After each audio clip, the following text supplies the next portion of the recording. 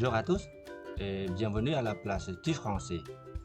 សួស្តីអ្នកទាំងអស់គ្នាសូមស្វាគមន៍មកកាន់ការសិក្សាភាសាបារាំងជាមួយនឹងគេហទំព័រ La Place du Français នៅក្នុងវីដេអូនេះអ្នកទាំងអស់គ្នានឹងបានសិក្សាអំពីកិរិយាសព្ទ s'appeler នៅក្នុងភាសាបារាំងដូច្នេះចង់ដឹងថាខ្លឹមសារមេរៀនយ៉ាងណានោះសូមអ្នកទាំងអស់គ្នាតាមដានទស្សនានិងសិក្សាទាំងអស់គ្នាកិរិយាសព្ទនេះយើងអានថា s'appeler s'appeler ដែលមានន័យជាភាសាខ្មែរថាឈ្មោះមានន័យថាយើងនិយាយឈ្មោះឬក៏យើងប្រាប់ឈ្មោះទៅនរណាគេម្នាក់ឬក៏យើងអាចសុំឈ្មោះពីនរណាគេម្នាក់ក៏បានដែរកិរិយាសព្ទនេះគឺជាកិរិយាសព្ទដែលបញ្ចប់ដោយ er គឺជាប្រភេទកិរិយាសព្ទដែលស្ថិតនៅក្នុងក្រុមទី1 le verbe du premier groupe កិរិយាសព្ទ s'appeler នេះគឺគេអាចហៅម្យ៉ាងទៀតថាជាប្រភេទកិរិយាសព្ទដែលធ្វើអំពើលើខ្លួនឯងឬក៏ធ្វើអំពើទៅវិញទៅមកនៅក្នុងភាសាបារាំងគេហៅថា le verbe pronominal ដែលជាទូទៅប្រភេទកិរិយាសព្ទ pronominal នេះគឺវាភ្ជាប់មកជាមួយនឹង le pronom réfléchi ដើម្បីឲ្យកាន់តែច្បាស់អ្នកទាំងអស់គ្នាអាចសិក្សាលម្អិតអំពីប្រភេទកិរិយាសព្ទនេះនៅក្នុងវីដេអូផ្សេងទៀតបានយើងបានសិក្សាខ្លះៗរួចមកហើយអំពីកិរិយាសព្ទ s'appeler ហើយជាបន្តទៅនេះគឺយើងនឹងសិក្សាអំពី la conjugaison របស់វាវិញម្ដងគឺការបំបែកកិរិយាសព្ទនេះវិញម្ដងនៅក្នុងផ្នែកនេះយើងនឹងបំបែកកិរិយាសព្ទ s'appeler នេះទៅជាទម្រង់បច្ចុប្បន្នកាលតែប៉ុណ្ណោះ le verbe s'appeler au présent តោះយើងធ្វើការបំបែកទាំងអស់គ្នាJe m'appelle, tu t'appelles, il s'appelle, elle s'appelle, on s'appelle, nous nous appelons, vous vous appelez, il s'appelle, elle s'appelle. La liaison ចំពោះការអានអ្នកទាំងអស់គ្នាត្រូវតែប្រយ័ត្នទាក់ទងជាមួយនឹងការអានភ្ជាប់នៅក្នុងភាសាបារាំងដូចជាកិរិយាសព្ទនេះជាដើមគឺត្រង់ nous គឺយើងអានថា nous nous appelons nous nous appelons ចំណែក vous ក៏ដូចគ្នាដែរគឺ vous vous appelez vous vous appelez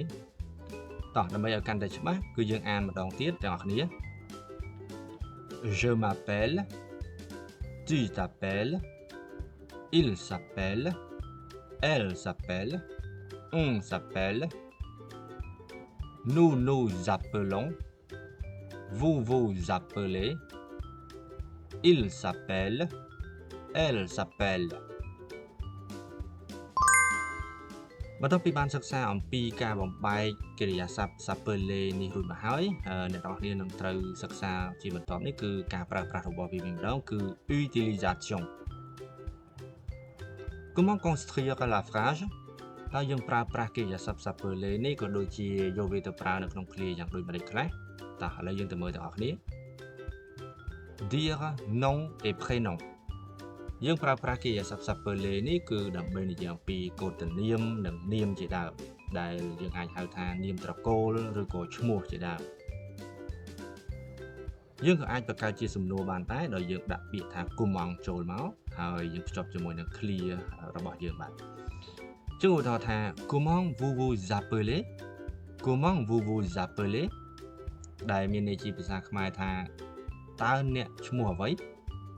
ហើយនៅពេលដែលគេសួរយើងបែបនេះគឺយើងអាចឆ្លើយថា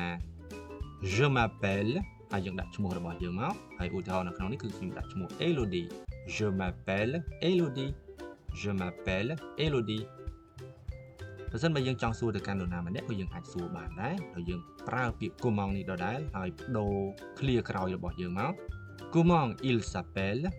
Comment il s'appelle តើគាត់ឈ្មោះអ្វីហើយបើសិនជាគេសួរយើងអំពីនរណាម្នាក់យើងអាចឆ្លើយត្រឡប់ទៅវិញទៅបាទ Il s'appelle Léo Il s'appelle Léo កន្លែងឈ្មោះ Léo យើងអាចជំនួសដោយនរណាគេម្នាក់ទៀតបានមានន័យថាគាត់ឈ្មោះ Léo អូខេអញ្ចឹងសង្ឃឹមថាអ្នកទាំងអស់គ្នាបានយល់អំពីកិរិយាសព្ទ s'appeler នេះទាំងការប្រើប្រាស់ក៏ដូចជាការបំបែករបស់វាផងដែរ Voilà c'est fini មេរៀនរបស់យើងគឺមានតែប៉ុណ្្នេះឯងហើយយើងជួបគ្នានៅក្នុងវីដេអូជាបន្តទៀត Merci et à bientôt